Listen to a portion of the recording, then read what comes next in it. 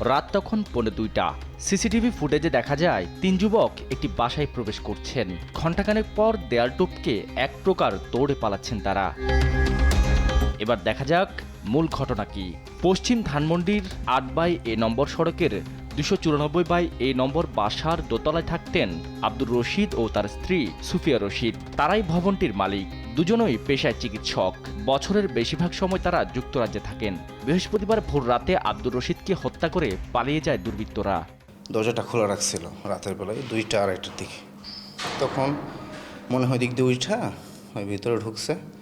ঢুকে যখন আপনার ওই চিল্লাপালা শুরু হয়েছে তখন বা পাশে স্টেপ করছে আর কি, ছুরি দিয়ে আঘাত করছে। যত তাড়াতাড়ি পারি সিএনজিতে করে ইবনে সিনা হসপিটালে নিয়ে যাই। তো নিয়ে যাওয়ার পর ওখান থেকে ওনারা বলে যে ইনি আর নেই। সম্প্রতি হাজারীবাগ এলাকায় সাইকেল চুরিতে বাধা দেওয়ায় কিশোর গ্যাংয়ের ছুরিকাঘাতে সাদাত হোসেন শান্ত নামে একজনের মৃত্যু হয়। আমার বাচ্চারা আমি পক্ষে করে এমনি করে লেগেছি, এমনি করে আনতে পারি নাই। জানা মতো ফুসফুসে খোঁচা লাগছে, তার জন্য আমার বন্ধু মারা গেছে। তাই আমরা এটার শাস্তি চাই, ওর ফাঁসি চাই। মিরপুরে বাবার হাতে ছেলে খুন, আবাসন নির্মাতা প্রতিষ্ঠানের সঙ্গে বিরোধে খুন হলেন জমির মালিকের ছেলে। এই ঘটনাগুলো এখন প্রতিনিয়তই পত্রিকার শিরোনাম। এভাবে হত্যা আর খুন জানা হয়ে উঠছে নিত্যদিনের সঙ্গী। রাজধানীতে যে হারে চুরি ছিনতাই বাড়ছে তাতে আতঙ্কিত নগরবাসী। সারা দেশে গেল 2 মাসে প্রতিদিন গড়ে 2টি করে হত্যার ঘটনা ঘটছে। আমি জিগাতলা কাঁচা বাজারের ওখানে থাকি।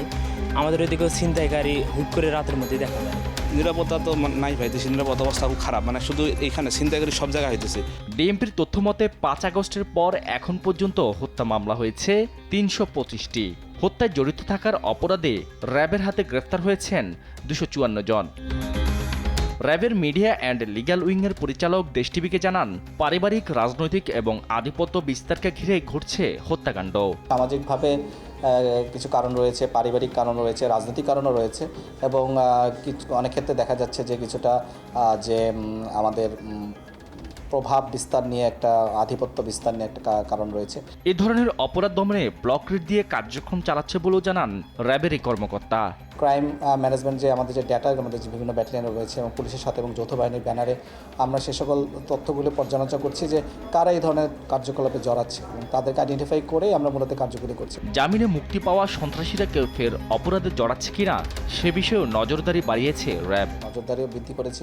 শাহাদাত নিশাদ, দেশ টিভি, ঢাকা।